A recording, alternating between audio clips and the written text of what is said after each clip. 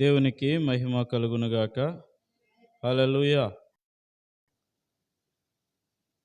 దేవుని యొక్క మహాకృపను 35 దినాలు ఉంచుకొని 36వ దినాన్ని దేవుడు మనకిచ్చాడు. దాన్ని బట్టి దేవుణ్ణి స్తుతిస్తున్నా. మరి రాత్రికాల సమయంలో దేవుని వాక్యంలోనికి వెళ్ళక మునుపు రాత్రికాలమున వాక్యం దేవుని మాట శ్రద్ధ అని మనం ధ్యానిస్తూ వచ్చాం గనుక దేవుని యొక్క మాట వినుట కొరకై మన ఆత్మ ప్రాణములను సిద్ధ పరిశుద్ధాత్మ దేవుని యొక్క సహాయము పొందుకున్నట్టుకు దేవుని మోకరించండి, ప్రార్థన చేసుకుందాం. స్తోత్రములు నాయన మహాపరిశుద్ధుడు తండ్రి, నీ స్తోత్రములు చెల్లిస్తున్నా. కృప మహోన్నతుడా, నీ పాదములకు స్తోత్రాలు. సమయంలో ఈ 36వ దినమందు ఇలాగున సంఘం కలిగి ఉండుటకు మీరు మాకు ఇచ్చినటువంటి గొప్ప మీకు స్తోత్రాలు. ఎందరికో లేని గొప్ప మాకు కలుగు చేసినందుకై నీకు వందనాలు చెల్లిస్తున్నాం. ఇది ఆశీర్వదించండి, ప్రతిష్ఠించండి, అభిషేకించమని, సంఘమును బలపరచమని ఇంతవరకు పాటల ద్వారా మీరు మహింపరుస్తూ వచ్చా. కొన్ని నిమిషాలు నీ వాక్యం ధ్యానించుండ నీ వాక్యమును శ్రద్ధగా వినుటకు మమ్మలను సిద్ధపరచండి. మా ఆత్మలను ప్రాణములను మీరు సిద్ధపరుస్తురామని ప్రార్థిస్తున్నా. బలహీనమైన దేహాలు అలసి సొలసినటువంటి ఈ శరీరాలకు కావలసిన శక్తి దయచేయండి. నీ సన్నిధిలో కూర్చొని శ్రద్ధగా నీ మాటలు వినడానికి మనస్సులను నిబ్బరము చేసుకొని సిద్ధపరుచుకొని ఆలకించుటకు మమ్మలను బలపరచుమని ప్రార్థిస్తుంది. నీ పరిశుద్ధాత్మ సహాయము మాకు దయచే. మా ప్రభు అనేకులు లోపల అనేకులు కూడా నీ వాక్యమును శ్రద్ధగా వినడానికి సహాయము మీ కృపకు అప్పగించుకుంటూ ఈ సమయాన్ని మీ పాద అల్పులను బలహీనానికి జ్ఞాపకం చేసుకొని మీ రక్తంలో నన్ను కడిగి పరిచినైనా సంఘం క్షమాభివృద్ధి కలుగుటకై కుటుంబాలకు దీవెనకరముగా ఆత్మలకు రక్షణ దేవా నీ మహిమగల పాత్రగా నన్ను నీ మాటలు నా నోటిలో ఉంచు. యేసు నామములో ప్రార్థిస్తున్నాము తండ్రి, ఆమేన్. దేవుని పరిశుద్ధ నామమునకు మహిమ కలుగునుగాక. రాత్రికాల సమయంలో కూడా వచ్చిన మీ అందరికీ కూడా సంఘ ప్రభునామంలో నా శుభములు తెలియజేస్తున్నా. మీ అందరికీ శుభములు కలుగునుగాక. ఆమేన్. వాక్యములో నుండి ఈ రాత్రి యెర్మీయా గ్రంథం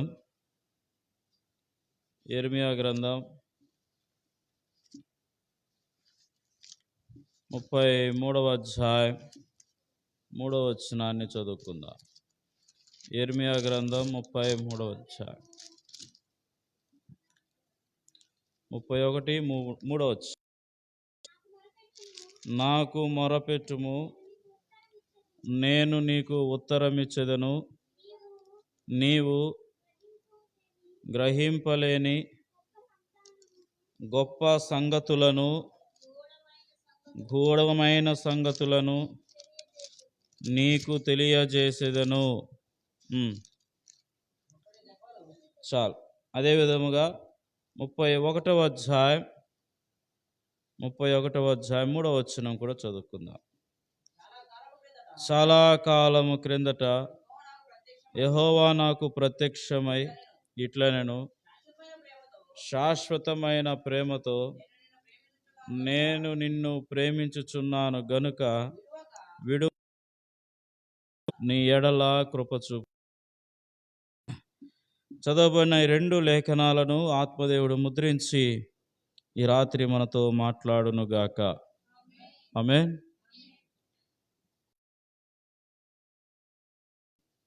యిర్మీయా భక్తునితో ప్రభువు మాట్లాడుతున్నాడు. 1వ అధ్యాయంలో యెహోవా నాకు ప్రత్యక్ష, 33వ అధ్యాయంలో కూడా ప్రభువే మాట్లాడుతున్నాడు. ఏమంటున్నాడు? మొదటి వచనం, యిర్మీయా చెరసాల ప్రాకారములలో ఇంకా ఉంచబడి ఉండగా యెహోవా వాక్కు రెండవసారి అతనికి ప్రత్యక్షమై. రెండు చోట్ల కూడా దేవుడు యిర్మీయాతో మాట్లాడుతున్నాడు. మరి యిర్మీయాతో దేవుడు ఎందుకు మాట్లాడుతున్నాడు, ఎందుకు ఆనాడు యిర్మీయాని దర్శిస్తూ వచ్చాడు అంటే మనకు కనబడుతున్న మాట, శాశ్వతమైన ప్రేమతో నిన్ను ఆయన దేవుడు ఈ లోకమును ఎంతో ప్రేమించెను. యోహాను సువార్త 3వ అధ్యాయం 16వ వచనం చదవండి. దేవుడు లోకమును ఎంతో ప్రేమిస్తున్నాడు. అది ఎలాంటి ప్రేమ అంటే శాశ్వతమైన ప్రేమ. శాశ్వతమైన ప్రేమతో నిన్ను ప్రేమించుచున్నాడు. అది తాత్కాలికమైన ప్రేమ కాదు. మనుషులు చూపేటువంటి ఉట్టుటి ప్రేమలు కాదు, లేక ప్రాణం ఇచ్చేటువంటి ప్రేమ ఉంటుంది, కానీ కొంతకాలమే ఆ ప్రేమ ఉంటుంది. కొంతకాలము తర్వాత ఏదో ఒక విషయంలో చిన్న అపార్థాలు రావడం, మనస్పర్ధ, ప్రేమంతా ఏమవుతుందో తెలియదు. విభేదాలు వస్తాయి, కలవరాలు వస్తాయి, కలతలు వస్తాయి, విడిపోతాయి. కుటుంబాలలో కూడా ప్రేమలు చల్లారిపోతుంది. ఒకరి మధ్య ఒకరికి ప్రేమలు చల్లారిపోతున్నాయి. అయితే దేవుడు చెబుతున్నటువంటి మాట ఏంటి అంటే, నిన్ను శాశ్వతమైన ప్రేమతో ప్రేమించుచున్నాను. ఎడతెగని ప్రేమ, విడువని ప్రేమ, విడనాడనటువంటి, విడిచిపెట్టలేనటువంటి ప్రేమ, అమూల్యమైనటువంటి ప్రేమ, కొలవలేనటువంటి ప్రేమ, వర్ణించలేనటువంటి ప్రేమ. ఇట్టి అపారమైనటువంటి, మహోన్నతమైనటువంటి, మహిమాన్వితమైనటువంటి, ఉన్నతమైనటువంటి ప్రేమ మానవుని పట్ల దేవుడు చూపుతున్నాడు. ఆనాడు యిర్మీయా భక్తుని పట్ల చూపాడు, ఈనాడు మన పట్ల కూడా చూపుతున్నాడు ఆ ప్రేమ. అదే ప్రేమను మన పట్ల కనపరుస్తున్నాడు. ఆ ప్రేమతోనే 33వ అధ్యాయంలో మాట్లాడుతున్నాడు. 31వ అధ్యాయంలో ఎటువంటి ప్రేమ యిర్మీయా మీద కనపరుస్తున్నాడో అదే శాశ్వతమైన ప్రేమతో చెరసాలలో ఉండగా అక్కడ యిర్మీయాతో మాట్లాడుతున్నాడు. దేవుని యొక్క ప్రేమ అంత విలువైనటువంటిది. ద్వితీయోపదేశకాండం 4వ అధ్యాయం 37వ వచనం.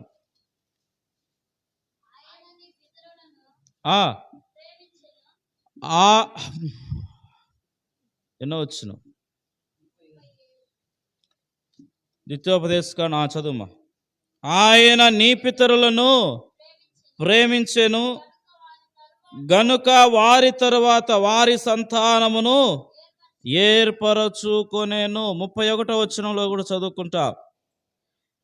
నీ దేవుడైన యెహోవా కనికరము గల దేవుడు గనుక నిన్ను చేయి విడువడు, నిన్ను నాశనము చేయడు. తాను నీ పితరులతో ప్రమాణము చేసిన నిబంధనను మరచిపోడు. ఎవరిని బట్టి ప్రేమిస్తున్నాడు అంటే నీ పితరులను బట్టి, నీ పితరులతో చేసిన నిబంధనను బట్టి, నీ పితరులతో చేసిన వాగ్దానమును బట్టి, నీ పితరులతో ఇచ్చినటువంటి మాట నెరవేర్పు కొరకై నేను నిన్ను మరచిపోకుండా ఏం చేస్తానంటున్నాడు? వారి తరువాత వారి సంతానమును ఏర్పరచుకుంటున్నాడంట. వారి తరువాత వారి సంతానమును ఏర్పరచుకుంటున్నాడు. ఆ క్రమములోనే యెర్మీయాను దేవుడు ప్రేమిస్తున్నాడు.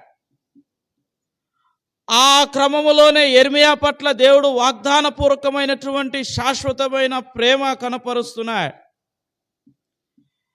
ఆనాడు చూపిన ప్రేమ ఈనాడు మన మీద కూడా దేవుడు చూపిస్తున్నాడు. మన పితరులతో చేసినటువంటి ఆనాడు మనం పుట్టకమునుపే మన పితరుల పట్ల ఆయన చూపిన ప్రేమ, మన పితరులతో చేసిన వాగ్దానములను బట్టి ఆయన ఎటువంటి ప్రేమ మన పట్ల చూపుతూ వచ్చాడో అదే విధమైనటువంటి ప్రేమ మన పట్ల చూపుతున్నాడు.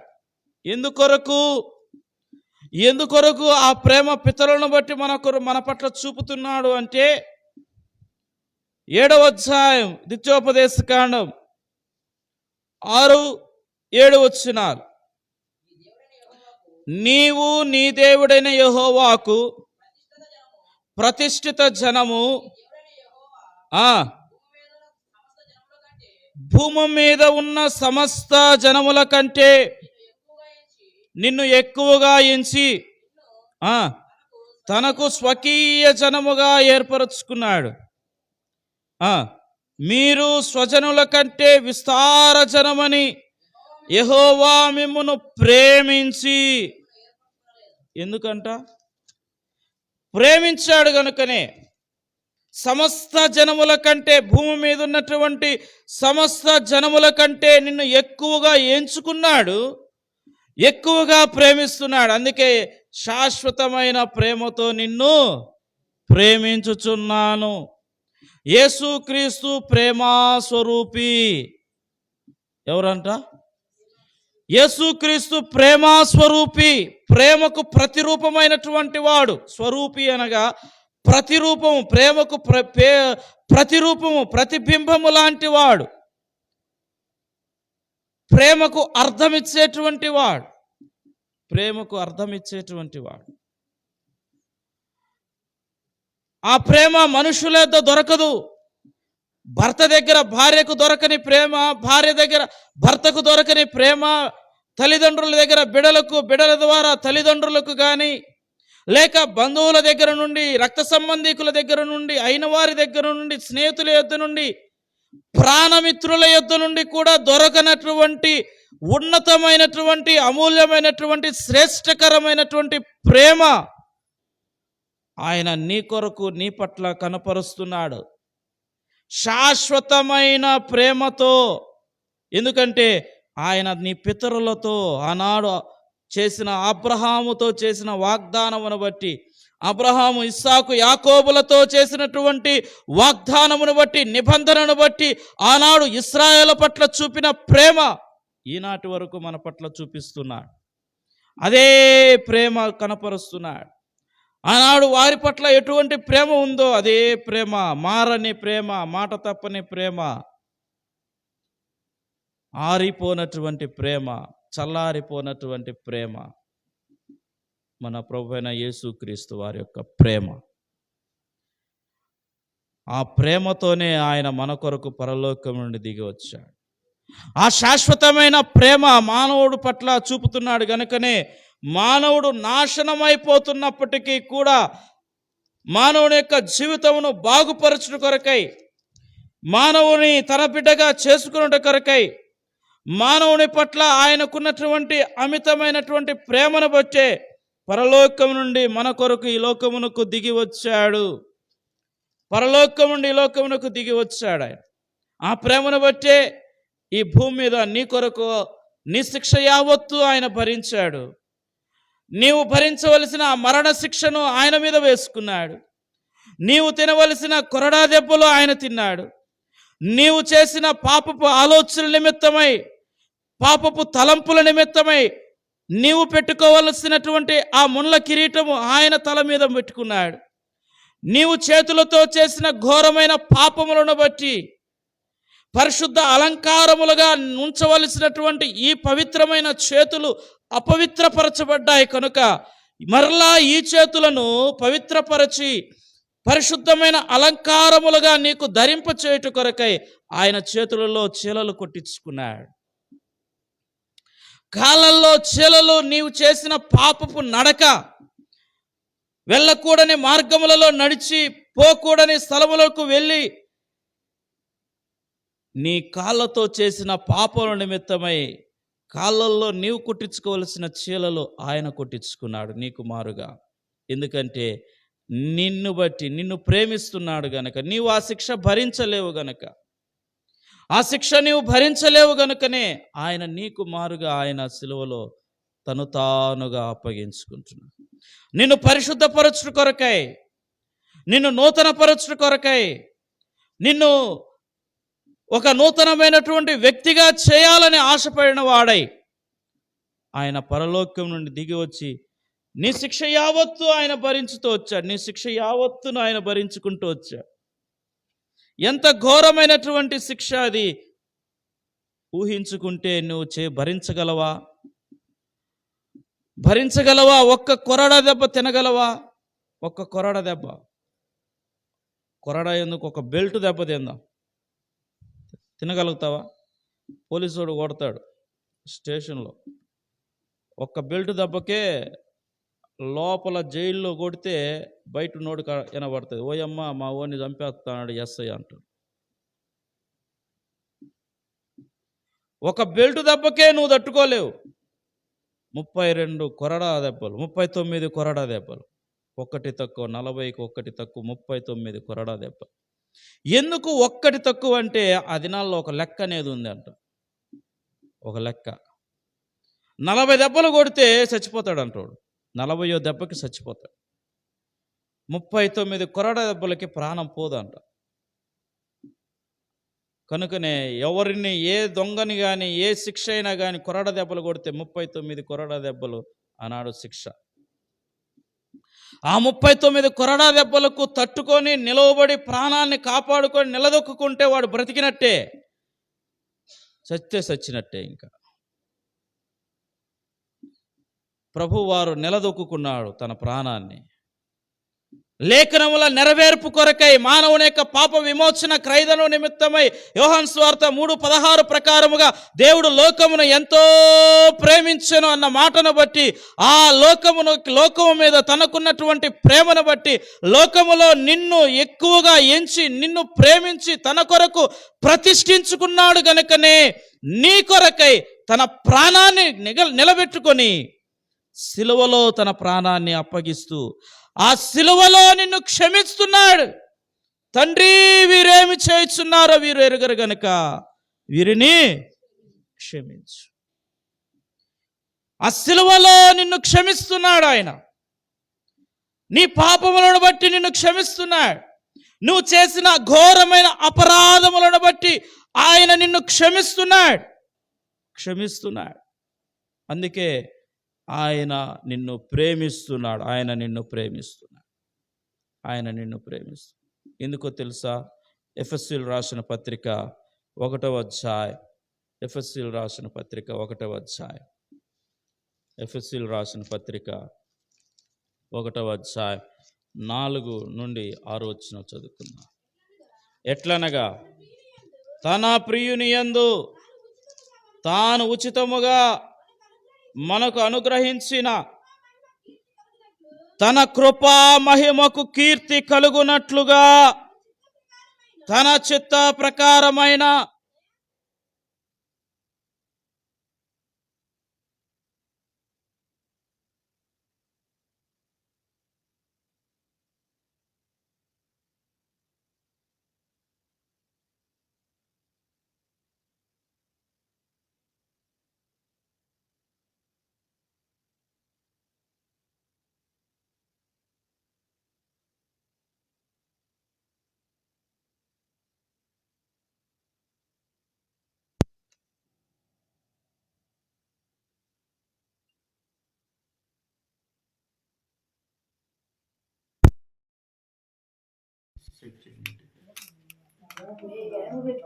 యేసుక్రీస్తు ద్వారా తనకు కుమారులుగా స్వీకరించాడు.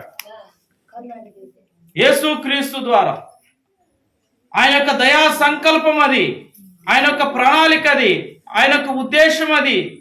మానవుని పట్ల దేవునికి ఉన్నటువంటి ప్రేమ, అపారమైనటువంటి ప్రేమను బట్టి ఆయన ఏం చేస్తున్నాడంటే ఆయన కుమారులుగా నిన్ను స్వీకరిస్తున్నాడంట. ఏం చేస్తున్నాడంట? కుమారులుగా స్వీకరించి ఆయన స్వకీయ జనముగా చేసుకున్నాడు. పైకి లేదు,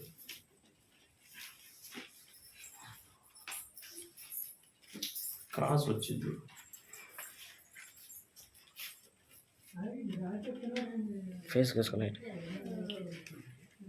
దేవునికి మహిమ కలుగునుగాక. హల్లెలూయా. కాబట్టి ఆయన దయా సంకల్పమును బట్టి ఆయన మనలను కుమారులుగా స్వీకరించి ఆయన చిత్తము చొప్పున మనలను మన కొరకు తన ప్రాణాన్ని అర్పించుకుంటూ వచ్చాడు. ఎందుకంటే మనలను నిర్దోషులుగా చేయాలని, నిర్దోషులుగా చేయడం కొరకై, దోషులుగా కాక నిర్దోషత్వంలోనికి నడిపించాలని ప్రభు ఆశపడుతున్నాడు. అందుకే గత రాత్రి కూడా మనం వాక్యంలో చూస్తూ వచ్చాం. నిర్దోషులుగా, దోషము లేని వారముగా, అపరాధులుగా కాక నిరపరాధులుగా ఉండాలని ప్రభు ఆశపడుతున్నాడు. నిరపరాధులుగా దేవుని దృష్టిలో ఉండాలనే ప్రభు ఇష్టపడుతున్నాడు. అందుకొరకే ఆయన జగత్తుకు పునాది వేయబడకమునుపే ఆయన క్రీస్తులో మనలను ఎన్నుకున్నాడు, ఏర్పరచుకున్నాడు. ఆనాటి నుండి ఈనాటి వరకు ఆయన మనలను ప్రేమిస్తూనే ఉన్నాడు. 2వ దెస్సలోనికీయులకు రాసిన పత్రిక 2వ అధ్యాయం 13వ వచనాన్ని మనం చదువుకుంటే, ప్రభు వలన ప్రేమింపబడిన సహోదరులారా అనే మాట మనకు కనబడుతుంది. ప్రేమింపబడిన సహోదరులు, ఇప్పుడు సంఘములో చేర్చబడిన వారు, దేవుని చేత ఏర్పరచబడిన వారు, దేవుని చేత ఎన్నుకోబడిన వారు, దేవుని చేత ప్రేమించబడుతున్నటువంటి ప్రతి వ్యక్తి కూడా దేవుడు చెబుతున్న మాట ఏంటంటే, సహోదరుడు, సహోదరి, అది దేవుని యొక్క ప్రేమామృతమైనటువంటి పిలుపు. అది ప్రేమామృతమైనటువంటి పిలుపు. ఈ ఆత్మీయ అనుభవంలో ప్రేమామృతమైనటువంటి పిలుపు కలిగినటువంటి, అనురాగము కలిగినటువంటి ఈ ఆత్మీయ అనుభవంలోనికి రావాలి. ఈ ఆత్మీయ అనుభవంలోనికి నీ వచ్చినప్పుడే సత్యములో నిలవబడగలుగుతావు. దుష్టుడు వేసే ప్రతి బాణముల నుండి నువ్వు తప్పించుకోగలుగుతావు. అపవాది శక్తుల నుండి దూరముగా ఉండగలుగుతావు. అపవాది తంత్రములు నీ మీద పని చేయకుండా ఉంటాయి. ఎందుకంటే దేవుడు నిన్ను ఏర్పరచుకున్నాడు. ఆయన నీతో మాట్లాడేవాడు. చెరసాల బంధకాలలో యెరెమీయా ఉన్నాడు, అయినా దేవుడు తనతో మాట్లాడుతున్నాడు. అనగా చెర నివాసం, అనగా ఈ లోక సంబంధమైన నీ శ్రమ జీవితం అభ్యంతరాలను కనపరిచినప్పుడు, అట్టి పరిస్థితుల్లో కూడా నీవు దేవుని వైపు చూచినప్పుడు, యెరెమీయా ప్రార్థన చేస్తున్నాడు. 33వ అధ్యాయంలో ప్రార్థన చేస్తున్నప్పుడు దేవుడు మాట్లాడుతున్నాడు, ఇదిగో నేను నీకు గూఢమైన సంగతులను బయలుపరుస్తాను, నీవు భయపడద్దు. ఇదిగో నేను నీతో మాట్లాడేవాడును, నేను ధైర్యపరచువాడును, నీకు అనేకమైన సంగతులు నేను బయలుపరుస్తా. ఈ చెరలో నుండి నిన్ను ఎలాగో బయటకు తీసుకొస్తానో చూడు. విడుదల కలిగించి ఈ చెరలో నుండి, చెరసాల నుండి, బంధకాల నుండి విడిపించి నీకు ఎలాగో విడుదల తీసుకొస్తాను. అద్భుతమైన విధానములో యెరెమీయాను విడిపించుకొని వచ్చాడు. విడుదల కలిగింది యెరెమీయాకు. దేవుని యొక్క ప్రణాళిక యెరెమీయా పట్ల కలిగి ఉన్నాడు గనుకనే, ఆ శాశ్వతమైన ప్రేమతో యెరెమీయాను ప్రేమిస్తున్నాడు గనుకనే ఆ చెర నివాసములో నుండి విడిపించుకొని వస్తున్నాడు. ఈ అద్భుతమైన ప్రేమ నీకు కావాలి అంటే ఈ రాత్రి నువ్వు ప్రభువును అంగీకరించాలి. నా కొరకు ఆయన పరలోకమును దిగి వచ్చాడు, నా కొరకు ఆయన చనిపోయాడు అనేటువంటిది నువ్వు గ్రహించాలి. ఆ ప్రేమలో ఉన్న మధురమును మాధుర్యాన్ని నువ్వు రుచి చూడగలుగుతావు. యెహోవా ఉత్తముడని రుచి చూచి తెలుసుకొనుడి. యెహోవా ఉత్తముడని రుచి చూచి తెలుసు. ఆ ప్రేమలో ఉన్న మధురం ఏంటో మాధుర్యం ఏంటో నువ్వు రుచి చూడగలుగుతావు. ప్రభు నీ హృదయంలోనికి రావాలి. రేపు గుడ్ ఫ్రైడే పండగ మనం చేసుకోకపోతున్నాం. ఆయన శిలువ మరణమును ఆయన శిలువలో పలికిపోతున్నా. ఇవి నువ్వు వినడానికి కొరకే కాదు, కానీ రోజు కూర్చొని 3 గంటల వరకు ఉపవాసం ఉండి వాక్యం వినడమే కాదు, కానీ ఎందుకొరకు ఆయన మాటలు ఎందుకు ఆయన మన కొరకు వినిపించాడు అనేది గ్రహించాలి. అంత శ్రమ పడ్డాడు, ఎవరి కోసం అంత శ్రమ పడ్డాడు. అంత శ్రమలో కూడా మానవుని పట్ల దేవుని ప్రేమ ఎంత ఉన్నతమైనదో చూడు. ప్రభు అంటున్నాడు, తండ్రి వీరేమి చేస్తున్నారు, వీరు ఎరుగరు గనక.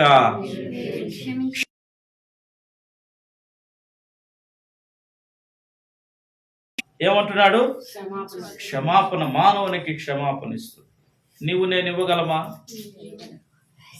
ఒక మాట వ్యక్తిని మనం క్షమించలేమే.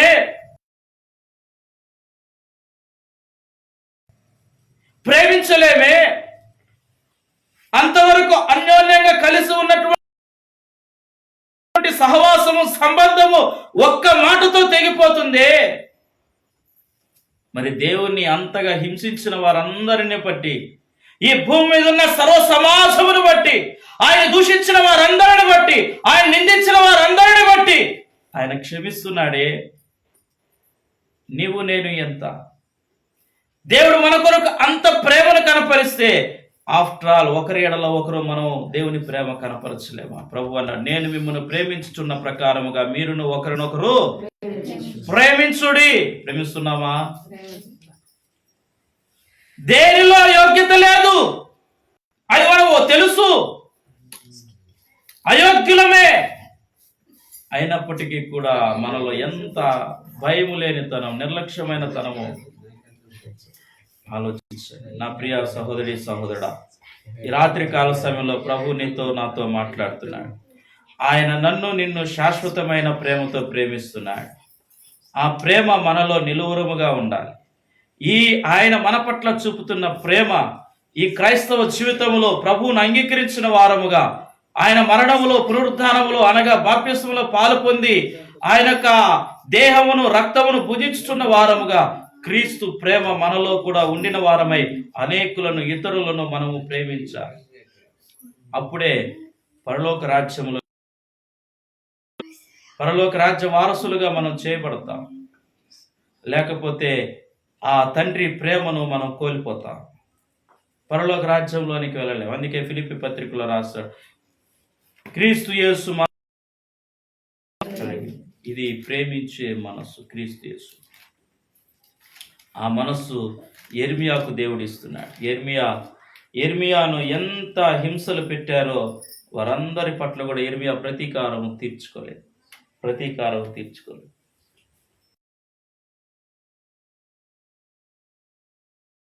ప్రణాళిక చొప్పున, దేవుని మాట చొప్పున, దేవుని మాటకు లోబడిన వాడికి తిరిగి తన యాత్రా జీవితమును తన యొక్క దేవుడు అప్పగించిన పనిలో నమ్మకముగా పని చేయడానికి ముందుకు కొనసాగుతూ వచ్చాడు. అనేకులను క్షమించగలిగాడు. మనం కూడా క్షమించాలి. ప్రభు మనల్ని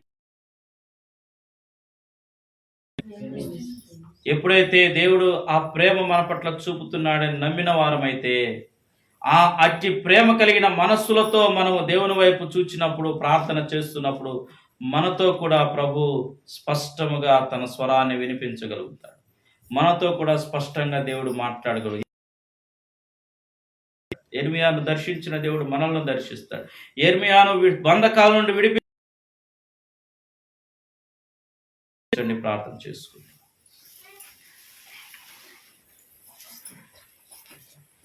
స్తోత్రములు నాయనా, మహాపరిశుద్ధుడా, మా పరలోకపు తండ్రి, నీ పరిశుద్ధమైన ఘనమైన నామమును బట్టి వందనములు. మహోన్నతుడా నీ పాదములకు వందనాలు. ఎన్నిక లేని మా ఎడల మీరు చూపుతున్న నీ అపారమైన ప్రేమను బట్టి నీకు స్తోత్రాలు ప్రభువా. బట్టి నీకు వందనాలు చెల్లిస్తున్నా. ఆశ్చర్యమైనటువంటి వెలుగులోనికి మీరు మమ్మల్ని నడిపించినందుకే స్తోత్రాలు. ఇదిగోనైనా నీ మాటలు అద్భుతమైన విధానంలో మాతో మాట్లాడుతూ వస్తున్నా. శాశ్వతమైన ప్రేమతో నీవు మమ్మలను ప్రేమిస్తున్నందుకే స్తోత్రాలు. ఈ భూమికి పునాదులు వేయబడక మునుపు నుండి మీరు మమ్మలను ప్రేమిస్తున్నందుకే స్తోత్రాలు. ఆ కలువరి ప్రేమ, ఉన్నతమైన ఆ కలువరి ప్రేమ మా పట్ల చూపినందుకే మీకు వందనాలు. అయినా నీ ప్రేమను వివరించలేము, వర్ణించలేము. అంత దేవా మేము కూడా కలిగి ఉన్నట్టుకు మమ్మల్ని సిద్ధపరచు. దేవా మా శత్రువులు సైతం, మా పగవారిని సైతం, దేవా మమ్మల్ని నిందించిన వారిని సైతం క్షమించగలిగి ప్రేమించగలిగే మనస్సు మాకు దయచే. నిష్ఠూరాలు, కోపతాపాలు మాలోని దూరపరచమని ప్రార్థిస్తుంది. మన ఆయన అదేతో జ్ఞాపకం సమాధాన హృదయాలు దయచే.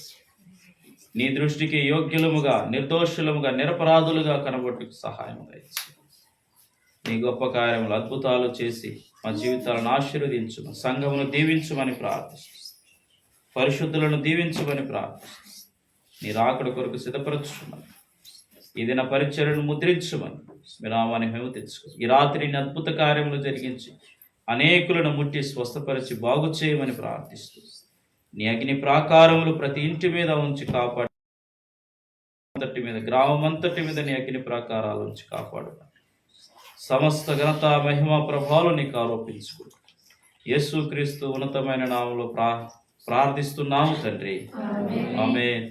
పరలోకమందున మా తండ్రి, నీ నామం పరిశుద్ధపరచబడును గాక, నీ రాజ్యం మాకు వచ్చును గాక, నీ చిత్తం పరలోకం నెరవేరినట్టు భూమి యందు నెరవేరును గాక. మా అనుదిన ఆహారం నేడు మాకు దయచే.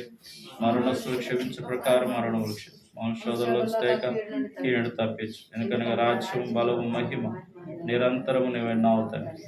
మన పరమ తండ్రి అయిన దేవుని యొక్క ప్రేమ, కుమారుని యేసుక్రీస్తు వారి యొక్క కృప, పరిశుద్ధాత్మిక అన్యోన్య సహవాసం, ఆదరణ, సన్నిధి, సమాధానములు మనకు, మన కుటుంబాలకు, సంఘమునకు ప్రభు రాకడ పర్యంతరం ఇప్పుడు ఎల్లప్పుడు సదాకాలం తోడైనును గాక. ఆమేన్. అందరికీ